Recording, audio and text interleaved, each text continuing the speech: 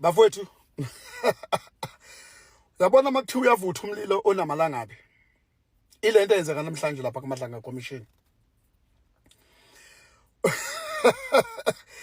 Uyabona u General Gopal beno witness ay bafowethu uyabona bamfaka ngaphansi kwesitimela uminister uSenzo Mchunu. Manje into engididayo nengixakayo yile ukuthi uwitness uveza ukuthi informa uminister Senzo Mchunu ngetulo lokuthi kuzobulawa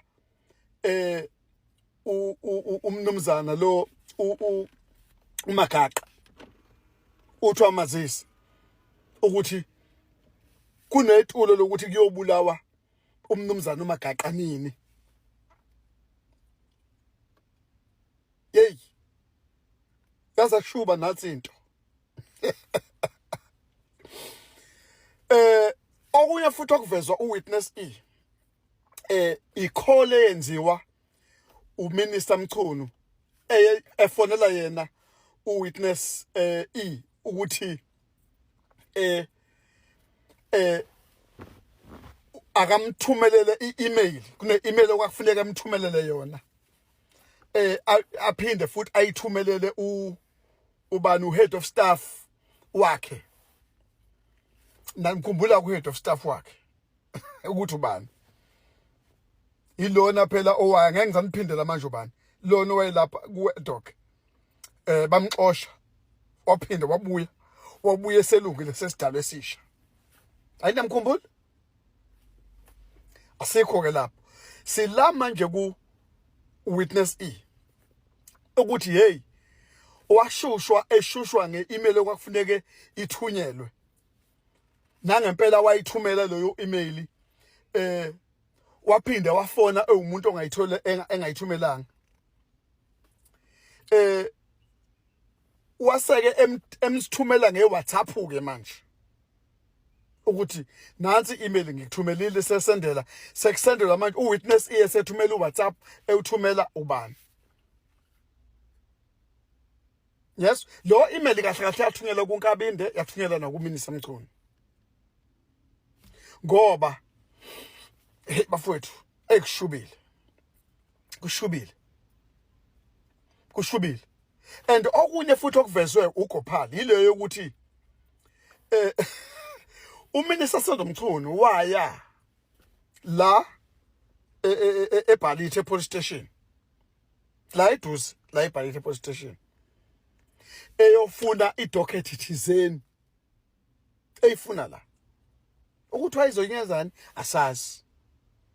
Kodwa kuningi man, kuningi okuvelayo manje, kuningi ngoba uma ubheka okapteni bamaphoyisa abavelayo ke manje akusabone okapteni laba bezakithi ezemnyama, okapteni balezi zaseNdiya lezi zeyinwele zika Gopal. Yabo kunama informa manje amaningi akhipha afaka igama lika Minister Senzo Mchunu phansi kwesitimela.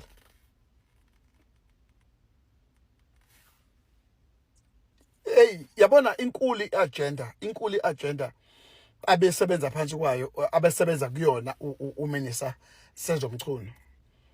Ay angazi mina bengithi somewhere breakdown mfowethu ngizwile nje ukuthi ifuneke nangene ohlelweni. Bafowethu ngizwile nje akulula. Ku-endoswa uPatrice Motsepe ma, ngoba phela vese lento ye-ANC ayikho. Lento ye-ANC iyukuvikela i-system, lento ye-ANC manje ayisekho.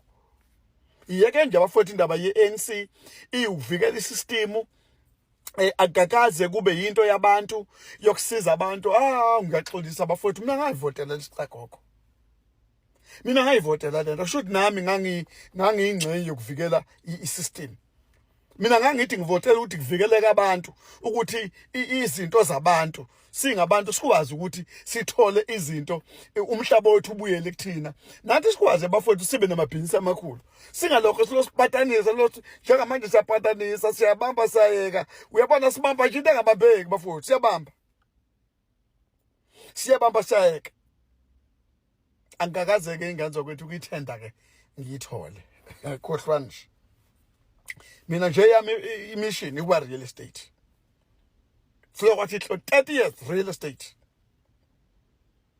buying and selling, simple as that.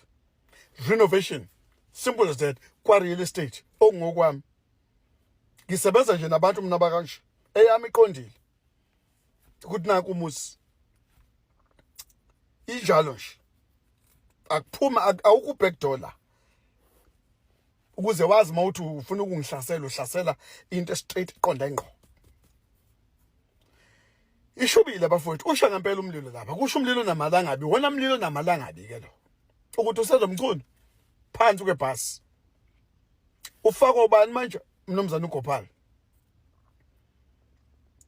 ufaka umnumzana uGopal ufaka ubafundi manje uWitness E osebenze kakhulu as an undercover namaphoyisa wasebenza futhi kwi-intelligence kakhulu usebenzile futhi kwi-army kwi-intelligence ye-army as an army wasuka kwi-army wazongena kuphi ewasebenza ku-SAPS zakhuphuka intambo waya phezulu kwi-intelligence yamaphoyisa usebenza kakhulu lo muntu so lo wathesifana namhlanje njengo Witness E ayingwenye le Witness E uthathela amabhomu